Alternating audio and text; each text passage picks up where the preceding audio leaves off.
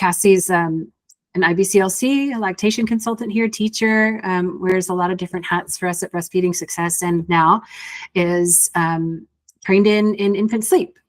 And so parents are asking to know more about this. We sent out a survey, and it was definitely one of the big topics that people want to know more about. So we're writing this article to give them some more information, and just knowing that you have this expertise lending to the article is great. So what is it that, like, why are you so passionate about this? Like, what's your background here? What's your training? Yeah, so with my second child, I felt like his sleep was so vastly different from my first kiddo that I thought, like, their sleep was just so different from each other that I thought for sure something was wrong. And so I went and got support from my pediatrician and just other people that I thought might know something about this. And I just felt like I wasn't getting any answers, or answers that just didn't feel right in my heart. Like they just didn't feel like I connected with the answers they were giving me. So I kind of set on a mission to try to learn everything I could about infant sleep, in an attempt to understand better, like, why my kids were so vastly different from each other in this arena. Because I'd always read that babies should be doing X, Y, and Z, and if they divert from that, then there's a problem.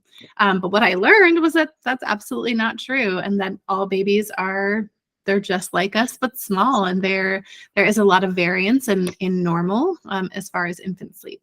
So yeah, I got my training through Isla Grace. It was absolutely fantastic. Yeah, and I know it was a good year of your life. Yeah, yeah, it was a lot of good stuff.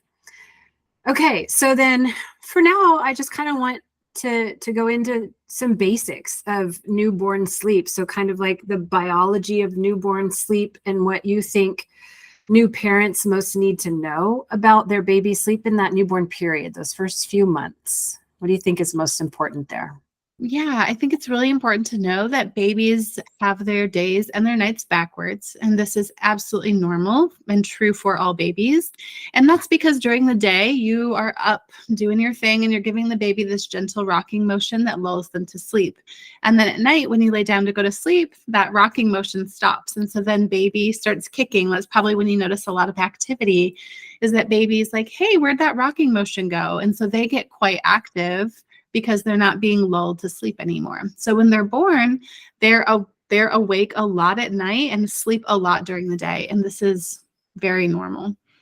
They are not born with a natural circadian rhythm, but they do adopt ours over time. But it does take time to get there. So you're going to see baby sleeps a lot during the day, some big long periods of sleep, and then lots of activity at night. And the circadian rhythm, something that's super interesting to me, it has to do with sunlight, right? With daylight, night, and then no light.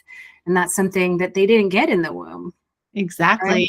And so they have to develop that over those first few months once they're like getting that sunlight. Exactly. And that's why I encourage in the morning, I always encourage open your windows, lots of natural light in the morning, especially that morning light. And then at night, that's when we keep everything nice and low. So no bright overhead lights, just low lighting like lamps, night lights, etc. So you can see what you're doing, of course, without creating this like stimulating environment. That helps baby learn that daytime is awake time and nighttime is for sleeping.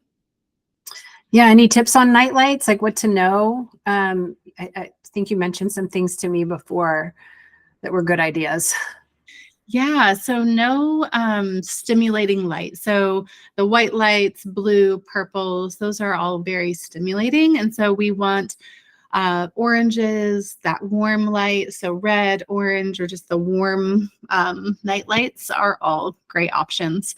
I personally love salt lamps because I think they're just that perfect glow. They're bright enough that you can see what you're doing without, again, creating that stimulating light.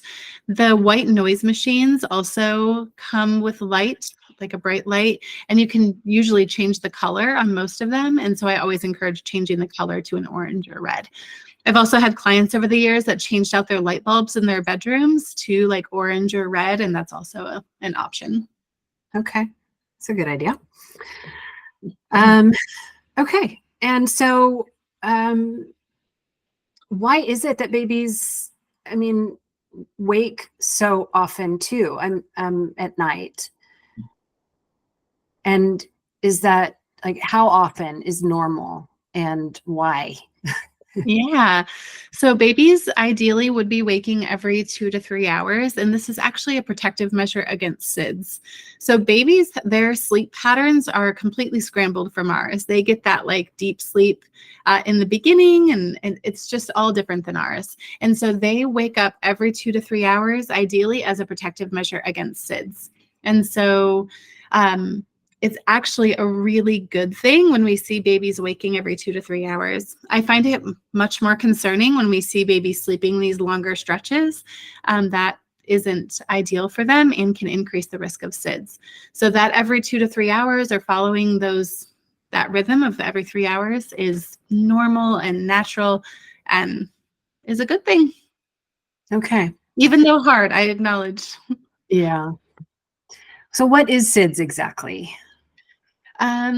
Yeah, I mean, there's still so much research that needs to be done to really say with 100% certainty, but what they're finding now is it's really just a dysfunctional arousal system or part of the brain that isn't functioning properly. Like that arousal part of the brain isn't functioning properly. And so they sleep too deeply and have trouble waking up. Exactly. And that can sometimes lead to this SIDS, which is sudden infant death syndrome, right? Yeah. Or there seems to be no explanation for it. Mm-hmm. Okay. Yeah, it's still kind of mysterious. But I think that sounds like a pretty reasonable theory. Anyway. Mm-hmm. Yeah. Okay. And then something else that I know happens to a lot of us, maybe most or all of us, but that babies like to, like, at least mine slept better when they were on me. Do you find that to be pretty true and normal? Yeah, I mean, and it just makes so much sense. Like babies have never been separate from their primary caregiver. They've never been away from you before. And so it makes perfect sense that they feel safe and secure. And so they feel comfortable to like really get some good rest when close to you. They can hear you breathing, they can hear your heartbeat, they can smell you. You are the ultimate safety for them, of course. So absolutely. Okay. And so what do you tell parents about that when, I mean, you know, you have this little bassinet. I mean, yes, we know they're supposed to be in our rooms with us for those first 6 months to a year. And then, you know, within arm's reach is great. But then like, but if they want to be right on top of you, like what do you recommend? Yeah. So in the newborn period, having baby right here on your bare chest and kind of just at an incline on your bed is totally fine. Or even laying completely flat and having the baby on you is also fine. We just want to make sure that some criteria is met around this. I usually encourage no pillows on the top of the bed, no blankets waist high, like higher than waist high. So only waist high and lower.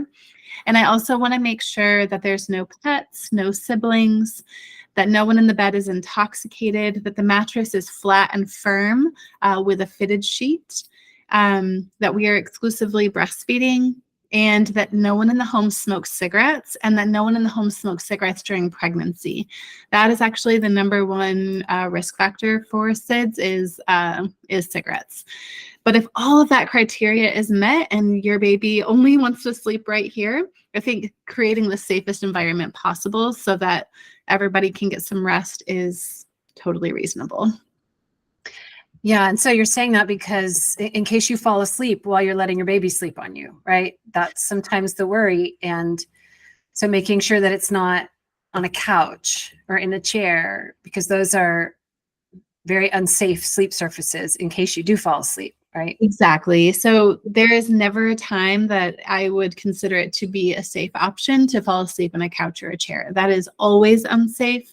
And so I think putting yourself in the safest position possible for those times where you are really feeling sleepy, especially at night, baby skin to skin, and you feel like you're going to fall asleep, put yourself in that safest position. Okay. All right. So this all sounds maybe not like what most people would want to be doing with their sleep as adults. And so, and a lot of us have fears about that when we're pregnant. What's going to happen to my sleep? I heard it's going to be really hard. And so do you have any tips to help people get through those first few months while the babies are getting adjusted to being outside the womb and while they're sleeping weird? Any tips? Sure. I think having some realistic expectations around sleep going into it can actually be really helpful. I think there's a lot of people out there that kind of prey on our vulnerability and say, like, oh, I can make your baby sleep 8 to 12 hours or whatever the empty those promises are, when in reality that's not safe for them, it's not healthy for them, but it sounds nice, right? And so then we feel like it's a possibility, and so then when our babies wake every 3 hours like they're supposed to, it can feel really overwhelming, or we can feel disappointed, or maybe like something is wrong. And so I think having a realistic expectation going into this of knowing that it's normal and healthy and actually important for them to be waking every 2 to 3 hours can be really helpful. I also encourage really pulling in your support system and really making sure that you have someone that can help you, whether that be a partner, a neighbor, a friend, like anybody, to make sure that you're able to get some sleep while the baby's sleeping. It's normal to feel like when the baby's sleeping, you're like, oh, this is my chance to like throw in some laundry or do the dishes. But if you have someone there with you, they can do those things while you can focus on getting some rest and taking some naps during the day. I think that self-care is critical during this time to be able to get through it. If we really focus on that or make it a priority, I think it's so much easier. Yes, thank you. You had also mentioned one more thing when we talked earlier about, ideal places to put your baby, right? And you mentioned something about like having them as close as possible so that when you're sleeping, you can just be within arm's reach and provide that touch comfort that sometimes they need, even if they're on a different sleep surface than you. Sometimes, people put the crib or the bassinet kind of farther away, which means they have to get out of bed. And sometimes, all it takes is just putting a hand on the baby and a little pat on the back or pat on the bottom, and then the babies go back to sleep and you go back to sleep, right? Exactly. So if your baby starts to stir in their bassinet, sometimes just kind of reaching over and putting your hand on their abdomen, just the pressure or the weight of your hand kind of makes them feel reassured of like, oh, okay, my person is still there. And then they just go right back to sleep. I'm sorry, I said bottom, didn't I? I meant belly. Of course I meant belly. Okay. All right. Anything else? I think you covered everything that we intended to. Great. Yeah. Great. Thank you so much, Cassie. Yes, of course.